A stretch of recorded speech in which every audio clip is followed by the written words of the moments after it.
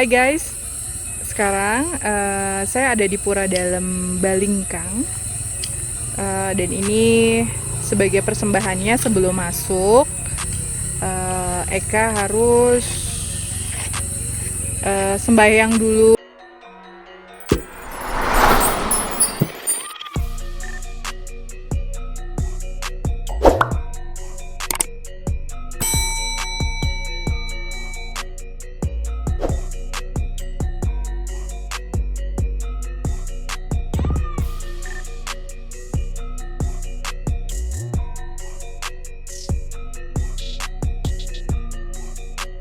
Sudah ada directionnya ya guys. Pertama kita harus ke sini untuk bilang muspe yang pertama.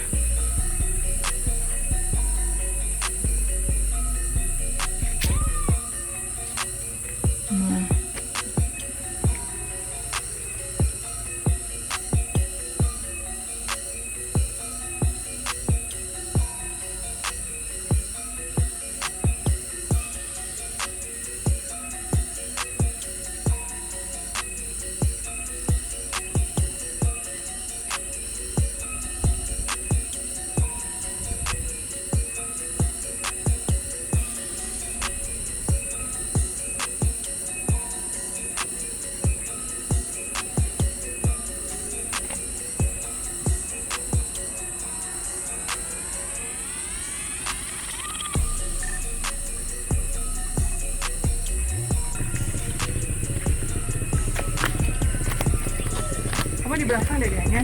Boleh.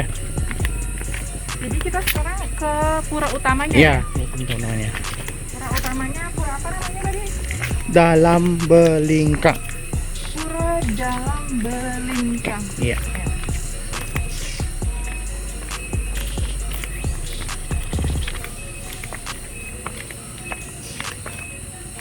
Dan kamu nanti mau sekolah lagi di situ ya? Di utama aja. Oh, di utama. Jadi guys, untuk pura ini istimewanya itu adalah pura ini itu juga ada pura untuk orang Cina, Iya. atau apa namanya? Chinese Temple. Chinese Temple. Oke. Ayo kita lihat gimana ada di sana. Jadi kita cek dulu.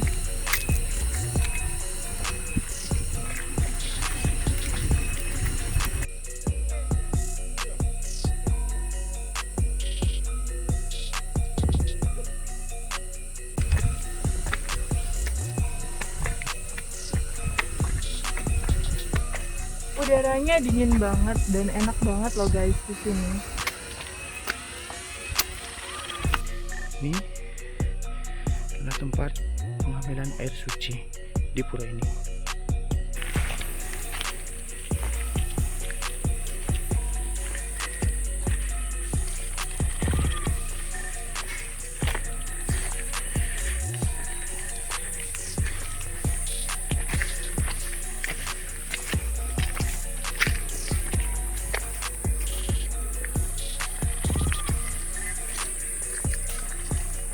Tapi Chinese Temple-nya maksudnya untuk orang Hindu, Chinese, Sama. atau untuk Dua. Chinese? Semuanya. All. Oh apa? Buddha apa namanya? Hindu sama Chinese. Oh Hindu sama Chinese. Halo Bli.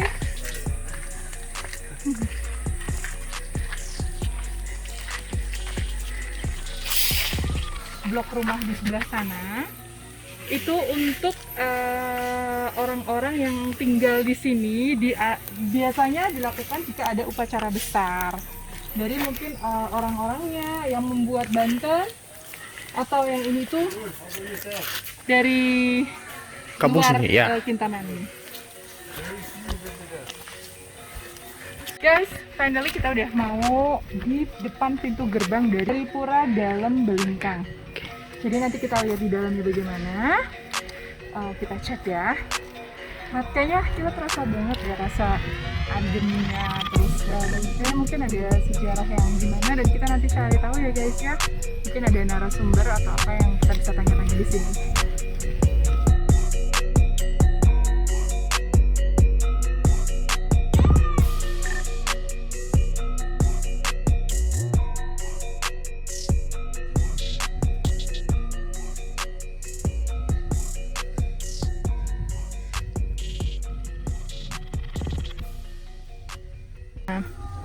Ini guys, untuk Chinese temple-nya. Ini namanya Gedong Linggih atau Ratu Ayumas Subandar. Dari logonya itu sendiri itu seperti logo Cina. Mungkin Papi bisa jelaskan what is the logo? Heaven, Tian, Yuan. Heaven? Ya. Oke.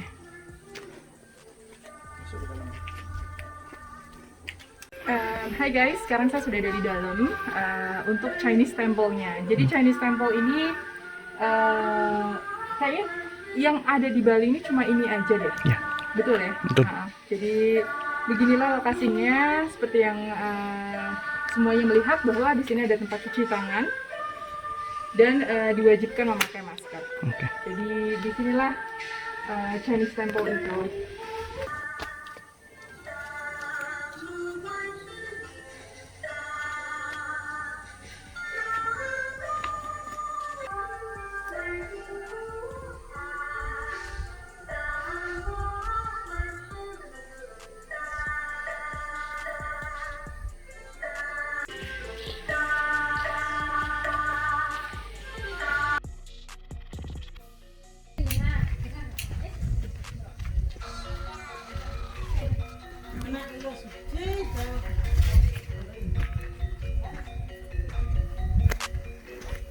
Jadi di dalam pura sebesar ini ada banyak nih, itu apa ya? Dalam Taruka. Saya zoom out ya. Itu persimpangan Dabara dalam Tarukan. Jadi ini puranya. Ini puranya. Nah, sekarang kita mau masuk ke dalam.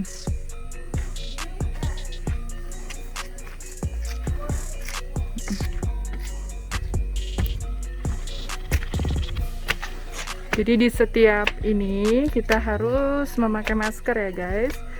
Pakai masker, sering cuci tangan pakai sabun dan dengan air mengalir.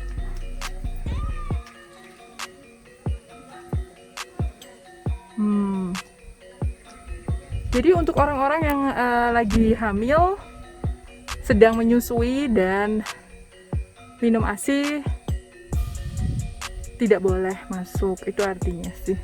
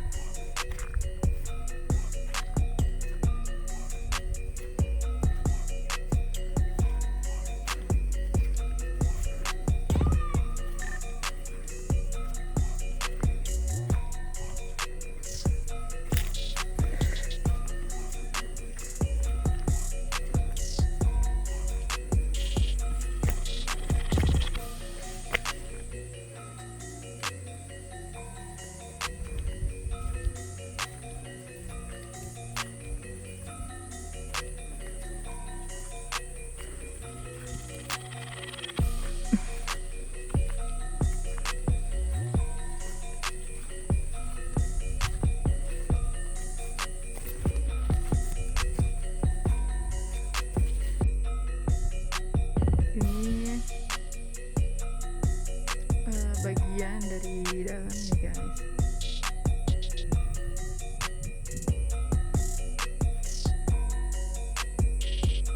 Cukup besar dan tertata sangat rapi. Nah,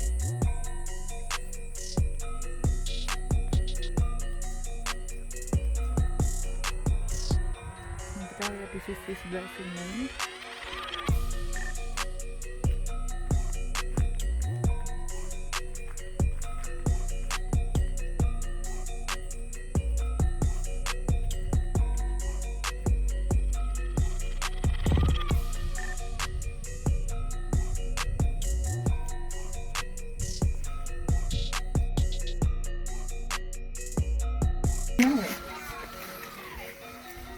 Artinya lebih jelasnya ke Jermanku mana? Ya. Coba dari Bapak aja sedikit. Kenapa? Bapak yang tahu tuh dari pura ini tuh gimana? Awalnya sih mulanya dari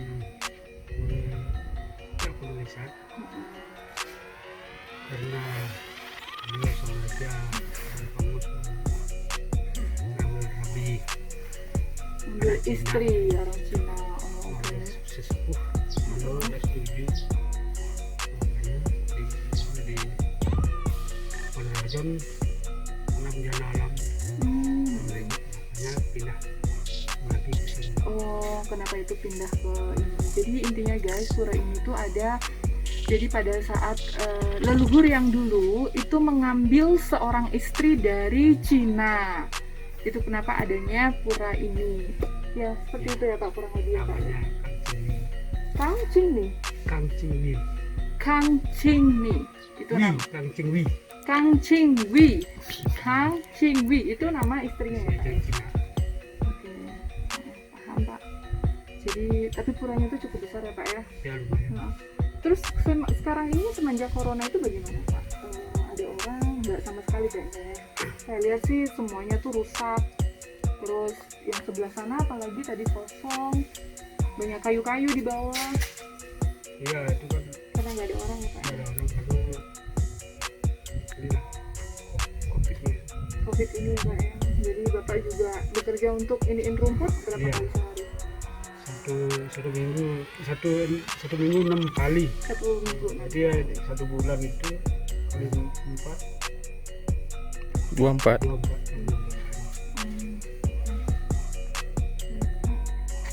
Sehat terus ya Pak ya. Terima kasih banyak loh Pak. Mari, swastiastu.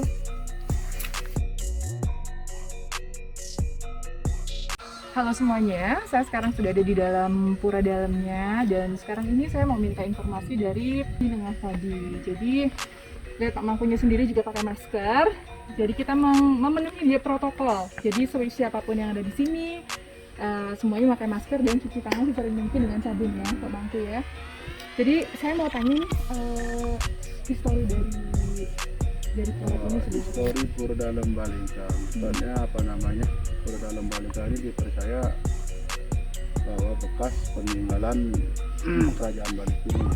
Di mana dipercaya waktu itu yang menjadi raja di Bali yaitu Maharaja Sri Haji Jaya Pramus.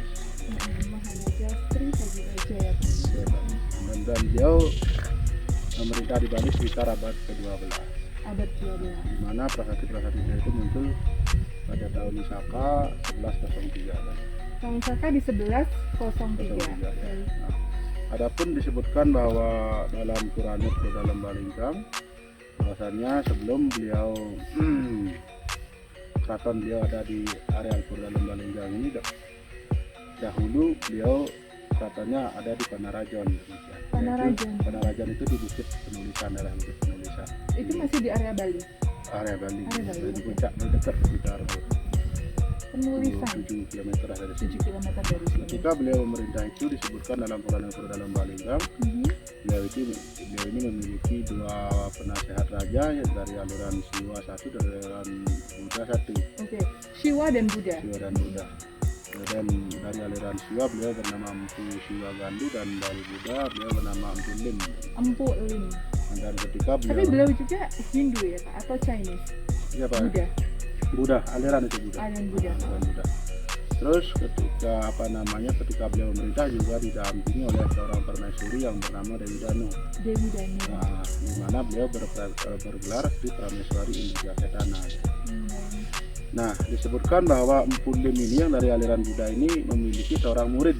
Ya, beliau asli dari daratan Cina, dari daratan Tionghoa, yang bernama Dewi Kang Cingwi demikian. Dewi Kang Cingwi yang dinikahi.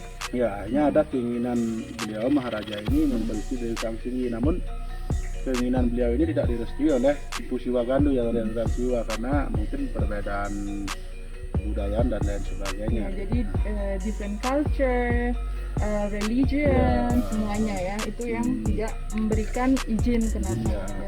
Namun saking tekadnya beliau untuk memperistri atau mempermaisuri Dewi Kang Cingwi ini akhirnya dipermaisurilah Dewi Kangsi dan Empu Siwagandu ini marah terhadap Sigap Raja dan untuk kerajaan itu atau istilah Balinya memasu supaya mendapatkan mara bencana gitu. Akhirnya terjadilah hujan badai sekitar 1 bulan 7 hari dan sampai ulu lanta lah. Itu di tahun berapa?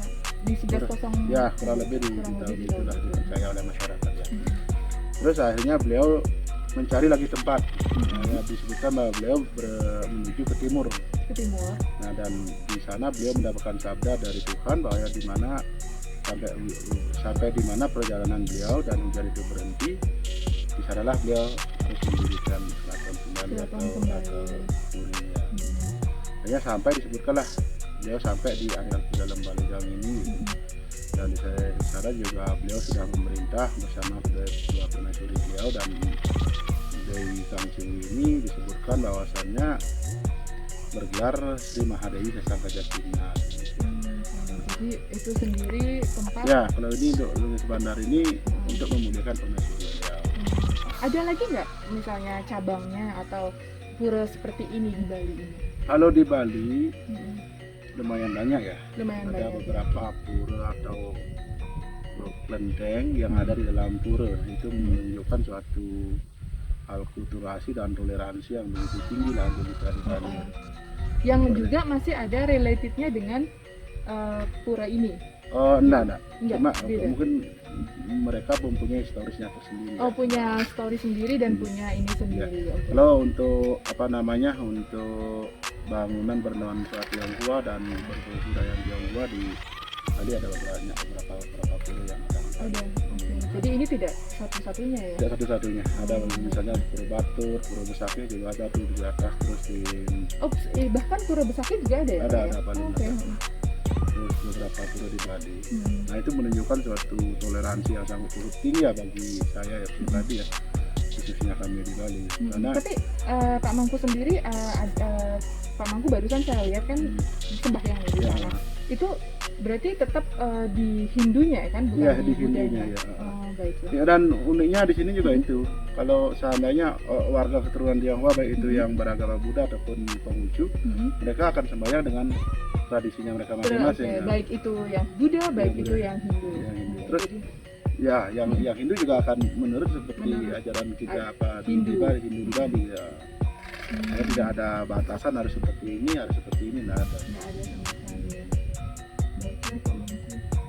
Nah, ini cukup luas ya Pak Mangku. Terus pertanyaan saya yang terakhir mungkin, bagaimana kondisi setelah pandemik sekarang ini? Kalau untuk di pura ini sendiri? Untuk di pura ini sih sementara dari sebelum pandemi pastinya orang yang ingin bersembahyang pastinya banyak orang lah dari biasa itu. Cuma pengaruh dari pandemi itu sangat besar ya, mungkin drastis lah dengan orang yang sembahyang atau bersembahyang. Tapi ada saja paling cuma satu.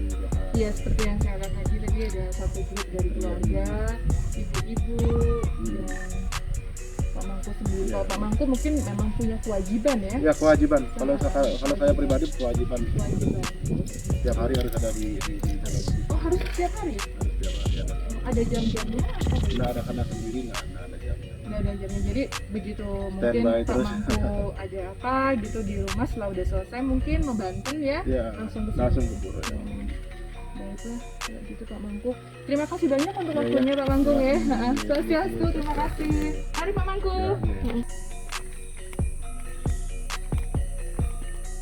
Mari sampai ke foto. Betul. Oh, tadi.